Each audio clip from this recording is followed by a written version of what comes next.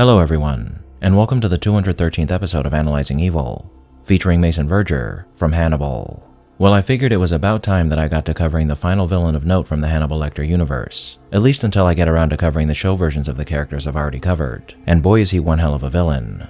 Grotesque, but not because of his appearance. Mason Verger is a standout character not just in the context of this literary and cinematic universe, but when discussing villains in general, as there are few villains out there who can make your stomach turn in the way that Mason does, especially when taking into account the information we receive about him in the novel. Because Mason's actions and dialogue can be quite graphic at times, I may have to censor certain things at points to appease the almighty censors. But otherwise, in this video we're going to discuss all the dreaded details of Mason Verger's character that can be found in both the 1999 film Hannibal, as well as the novel of the same name it was based on. But before we begin, let's first talk about our sponsor for this video, Delete Me. Everywhere you go now, someone is looking to get your email or your phone number out of you. And while it's often a necessity to give out this information to various people and companies, you never really know whether or not the information you give out to someone is going to stay with them or be used elsewhere. But Vile, where could that information be going, you might be asking yourself? Why, to data brokers, of course, people who buy and sell your information to scammers and spammers, who then bombard you with unwanted emails, text messages, and phone calls. And worse still, with access to your data, they can even steal your identity or make you vulnerable to stalkers. They can find this information in places you wouldn't expect, like by easily accessing military records for active service members and veterans, or even through genealogy websites, which can list all sorts of information about your family members from the youngest to the oldest,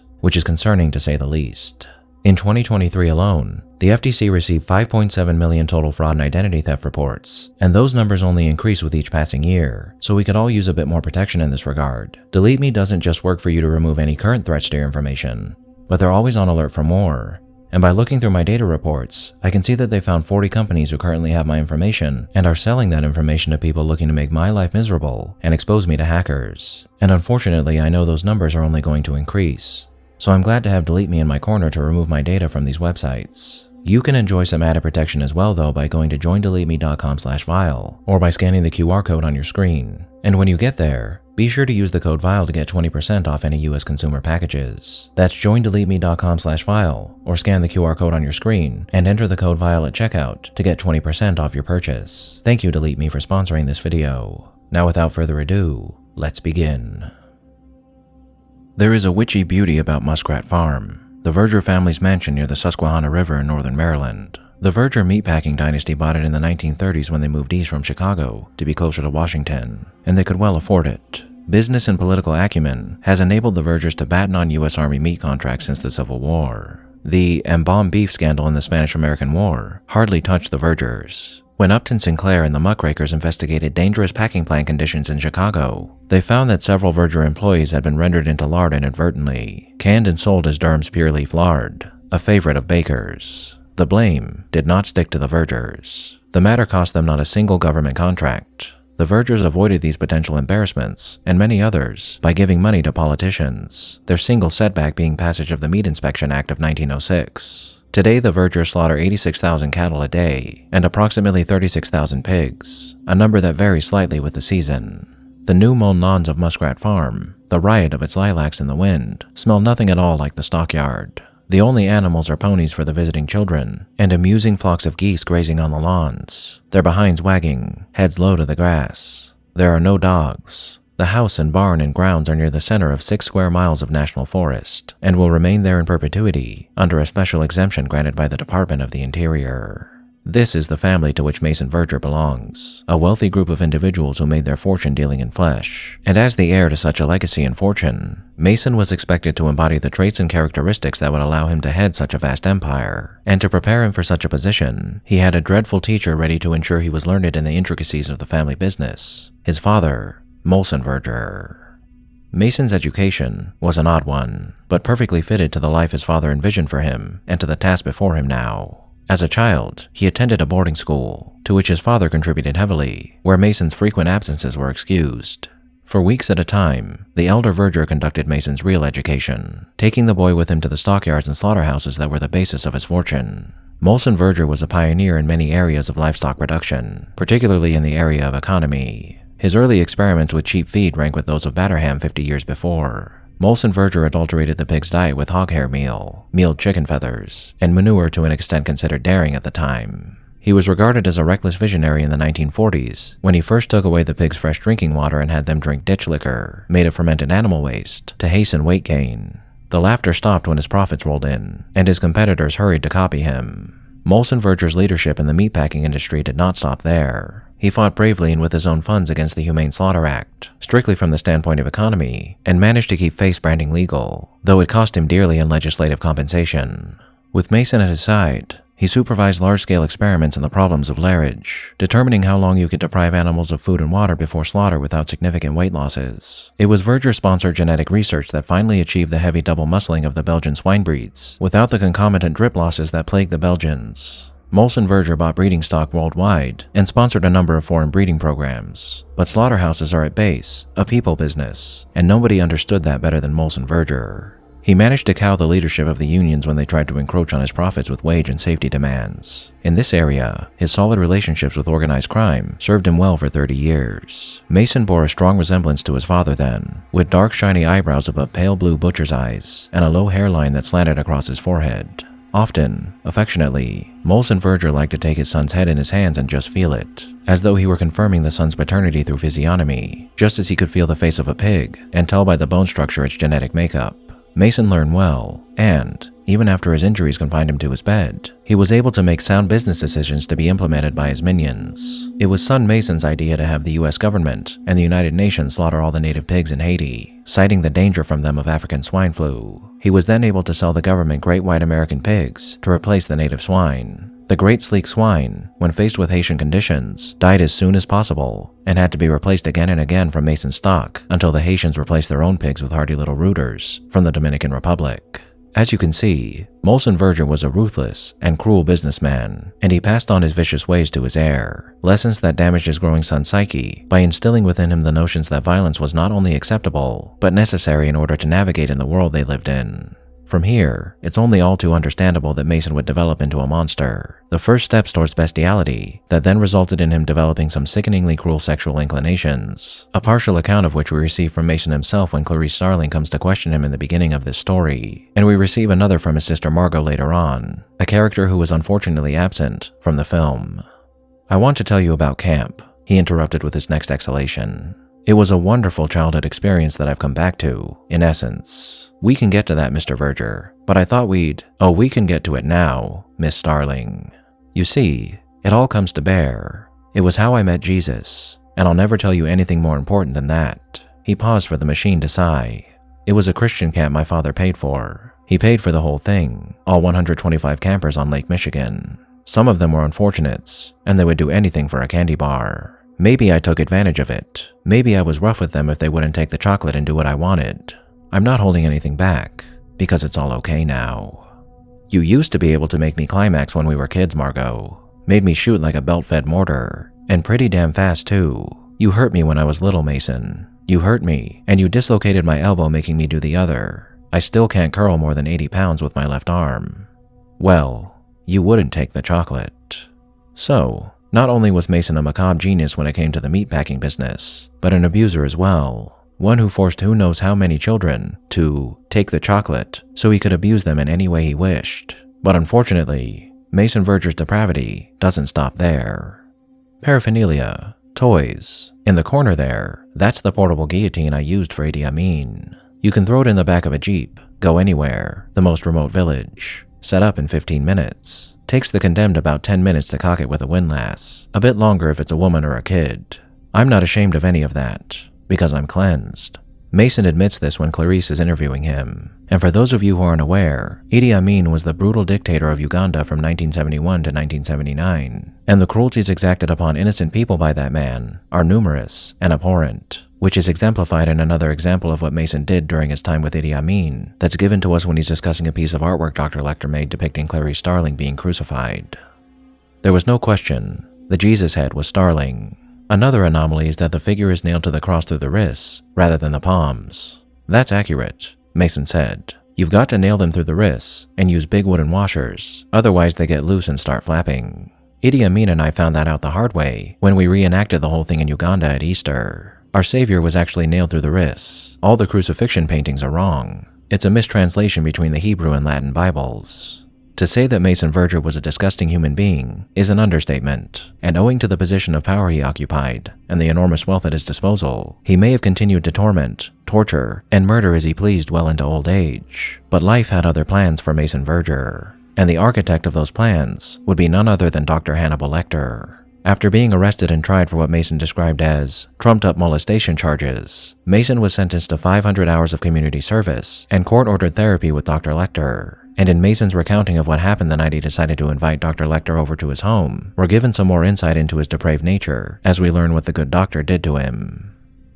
So in the course of your court-ordered therapy, Mr. Verger, you invited Dr. Lecter to your home. I'm not ashamed anymore. I'll tell you about anything. It's all okay now. I got a walk on those trumped-up molestation counts if I did 500 hours of community service, worked at the dog pound, and got therapy from Dr. Lecter. I thought if I got the doctor involved in something, he'd have to cut me some slack on the therapy and wouldn't violate my parole if I didn't show up all the time, or if I was a little stoned at my appointments. This was when you had the house in Owings Mills. Yes, I had told Dr. Lecter everything, about Africa and Itty and all, and I said I'd show him some of my stuff. Dr. Lecter came to your house. Yes, I answered the door in some leather, you know. Washed for some reaction. Didn't see any. I was concerned he'd be afraid of me, but he didn't seem to be.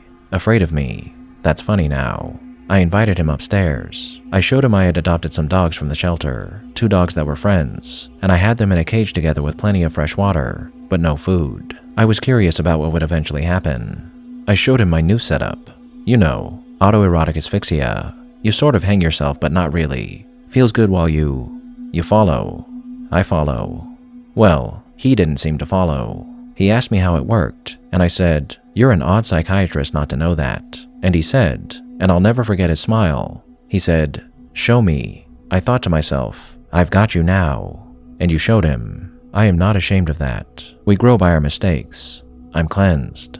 Please go on, Mr. Verger. So I pulled down the noose in front of my big mirror and put it on and had the release in my hand. And I was beating off with the other hand while watching for his reaction, but I couldn't tell anything.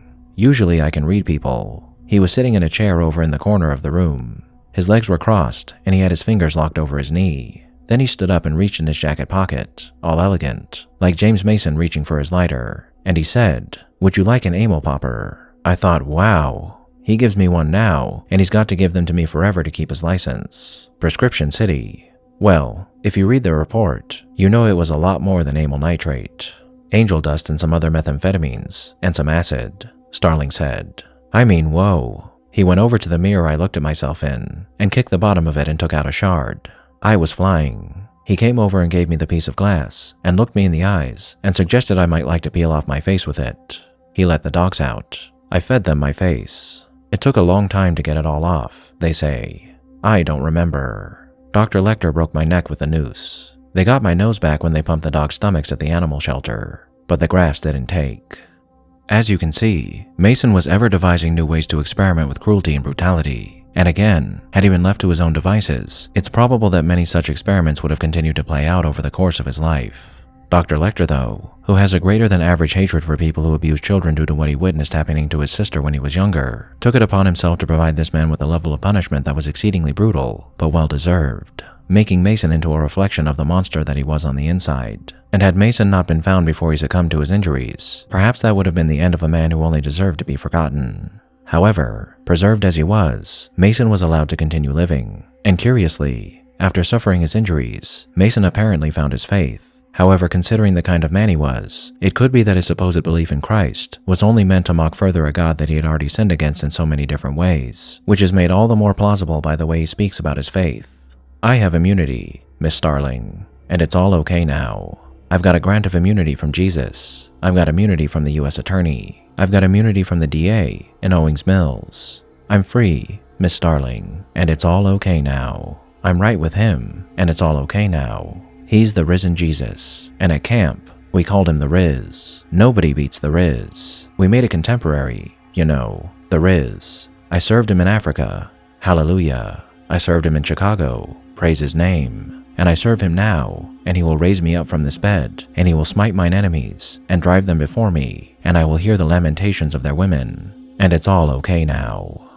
Now in his reduced state, Mason could only live out his dark fantasies through his various henchmen, chief among them being a man named Cordell, a man whose role in the film isn't quite as fleshed out, but one who in the book is described as being a perverted deviant in the same vein as Mason, which undoubtedly aided him in stomaching Mason's preferred methods of entertainment as he lay helpless in his room. You see, in the book, we learn that Mason is fond of bringing underprivileged children to his home for playdates, and because he can't abuse them physically, he chooses to abuse them verbally and mentally. The male nurse from the playroom came in and read to him from a folder marked Department of Child Welfare, City of Baltimore. "Send Franklin in," Mason said, and turned out his light. The little boy stood alone under the bright overhead light of the seating area, squinting into the gasping darkness. Then came the resonant voice. "Are you Franklin?" "Franklin," the little boy said. "Where do you stay, Franklin?" "With Mama and Shirley and Stringbean." "Does Stringbean stay there all the time?" "He in and out." "Did you say he in and out?" "Mama is not your real mama. Is she, Franklin?" "She my foster." "She's not the first foster you've had, is she?" "No'm." "Do you like it at your house, Franklin?" He brightened. "We got kitty cat. Mama make patty cake in the stove." "How long have you been there, at Mama's house?" "I don't know."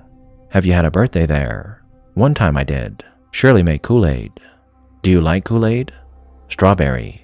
"Do you love Mama and Shirley?" "I love, and kitty cat." "Do you want to live there? Do you feel safe when you go to bed?" "I sleep in the room with Shirley. Shirley, she a big girl." "Franklin, you can't live there anymore with Mama and Shirley and the kitty cat. You have to go away." "Who say?" "The government say. Mama has lost her job, and her approval as a foster home. The police found a marijuana cigarette in your house. You can't see Mama anymore after this week. You can't see Shirley anymore or kitty cat after this week." "No," Franklin said. "Or maybe they just don't want you anymore, Franklin. Is there something wrong with you? Do you have a sore on you or something nasty? Do you think your skin is too dark for them to love you?" Franklin pulled up his shirt and looked at his small brown stomach. He shook his head. He was crying.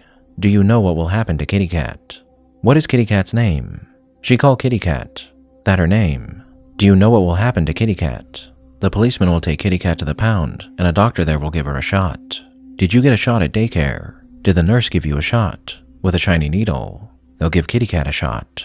She'll be so scared when she sees the needle. They'll stick it in, and Kitty Cat will hurt and die." Franklin caught the tail of his shirt and held it up beside his face. He put his thumb in his mouth, something he had not done for a year after Mama asked him not to. "Come here," said the voice from the dark.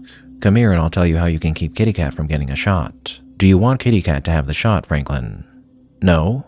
"Then come here, Franklin."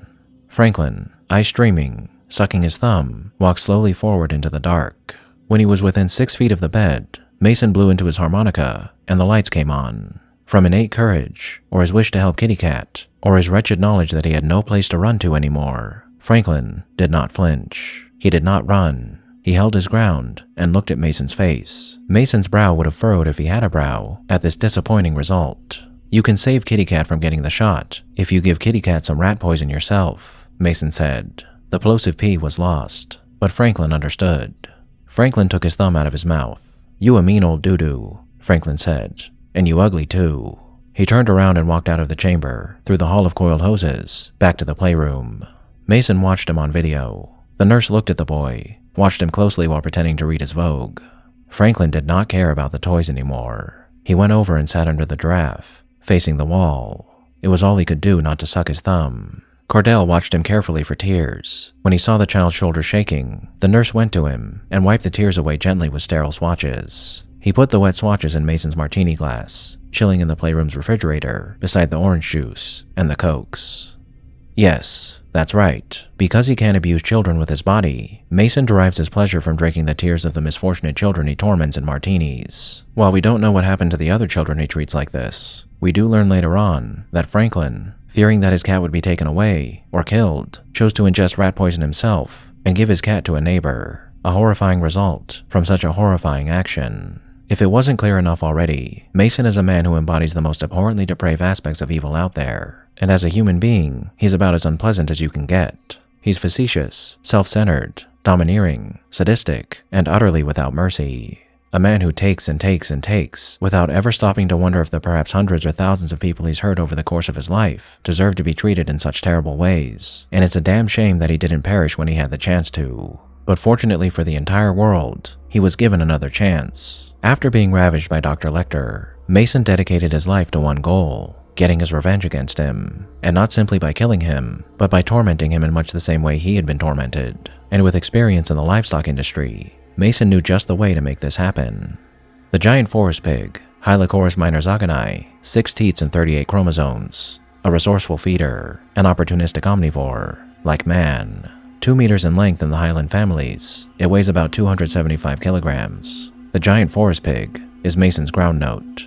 The classic European wild boar, 36 chromosomes in its purest form, no facial warts, all bristles and great ripping tusks, a big, fast, and fierce animal that will kill a viper with its sharp hooves and eat the snake like it was a Slim Jim. When aroused or rutting, or protecting its piglets, it will charge anything that threatens. Sows have 12 teats and are good mothers. In S. scroffa scroffa, Mason found his theme and the facial appearance appropriate to provide Dr. Lecter a last, hellish vision of himself consumed. He bought the Ossabaw Island pig for its aggressiveness, and the Zhaizing black for high estradiol levels. A false note when he introduced a babirusa, from eastern Indonesia, known as the hog deer for the exaggerated length of its tusks. It was a slow breeder with only 2 teats, and at 100 kilograms, it cost him too much in size. No time was lost, as there were other, parallel litters that did not include the babirusa. In dentition, Mason had little variety to choose from. Almost every species had teeth adequate to the task: 3 pairs of sharp incisors, 1 pair of elongated canines, 4 pairs of premolars, and 3 crushing pairs of molars, upper and lower, for a total of 44 teeth. Any pig will eat a dead man, but to get him to eat a live one, some education is required. Mason's Sardinians were up to the task. Now, after an effort of 7 years and many litters, the results were remarkable. 7 years Mason spent crafting the perfect man-eating pigs to be the instrument of his revenge, and when the time at last had arrived and Dr. Lecter was finally back in his hands, he planned to feed him to these pigs' feet first, all while he was still conscious, prolonging his pain by placing him on fluids that would keep death at bay long enough for Hannibal to be consumed multiple times by these animals. But as with many a design that had been crafted to take down the monster to end all monsters, this too would end in failure. With the help of Clarice Starling, Lecter was able to escape Mason's clutches and cause the demise of every man who had helped him formulate his plan. And as for Mason himself, depending on whether you're watching the film or reading the book, his fate differs quite a bit. In the film, after being rolled to the barn where the consumption was to take place, Cordell ends up pushing Mason into the pit with the pigs, who then appropriately turn his designs back upon him as they devour him. However, in the novel, it would be his sister Margot who ends up dealing Mason the final blow. Margot, a lesbian, had been trying for years to get Mason to give her some of his semen, so she might gain an heir to the Verger fortune that could take her brother's place when he perished, as their father Molson had essentially disowned Margot because of her homosexuality. Mason promised Margot after the death of Lecter that he would give her what she wanted, but never trusting the brother who had caused her so much pain. Deep down, Margot knew that Mason wouldn't, a fear that was only stoked by the bound Dr. Lecter when she visited him in the barn, a man who she also had several therapy sessions with, who was able to coax her into taking what she wanted, rather than waiting for it. So after Dr. Lecter escaped, Margot headed to Mason's room and forced him to ejaculate using a cattle prod, and once she had safely obtained her sample, she looked to the nearby fish tank, where Mason kept a gargantuan eel known as a brutal moray, and grasping it in her hands, she took it to her brother's bedside and forced it into his mouth, and it devoured Mason in much the same way he had fed his flesh to the dogs so long ago, ending the life of a man who had lived long past his expiration date. And at this end, who was Mason Verger? He was a man who was introduced to horror and cruelty from a young age, who soon after proved himself to be nothing short of a genius in the field. Taking what he learned from his father and the selfishness he'd learned from a life of decadence, he began to impose that cruelty on countless innocent children to satisfy his own desires, later on causing even more harm as he palled around with one of the most brutal dictators in human history. A paragon of barbarity, Mason continued to carve a grotesque path through the world until he was stopped in his tracks by Dr. Hannibal Lecter. But even then, his position afforded him the ability to continue sowing and absorbing misery for many years after, until he was finally ended for good. Mason Verger, a man whose crime should turn the stomachs of most, was a bastard beyond belief who couldn't have been more abhorrent if he tried, a sickening example of what a rearing mired in cruelty and access to unlimited resources can make a man into. And while his crimes are nowhere near as far-reaching as some of the worst villains out there, it's more than appropriate to claim that Mason Verger is one of the most disgusting characters ever conceived in fiction, and he, and everyone else like him, should be called what they are: creatures who don't even deserve to be seen as human, who dwell only in the darkest voids of evil. Thank you all for tuning in to this episode of Analyzing Evil, and I hope you've enjoyed. What are your thoughts on Mason? Did I miss anything? Let me know down below, and leave a suggestion for a villain you'd like to see featured while you're at it. If you like this video, hit that thumbs up button, and make sure to subscribe if you haven't already. A big thank you to all of my subscribers, my patrons, my members, and anyone who's decided to honor me with a super thank. And a most vile thank you to those whose names you're seeing on screen now.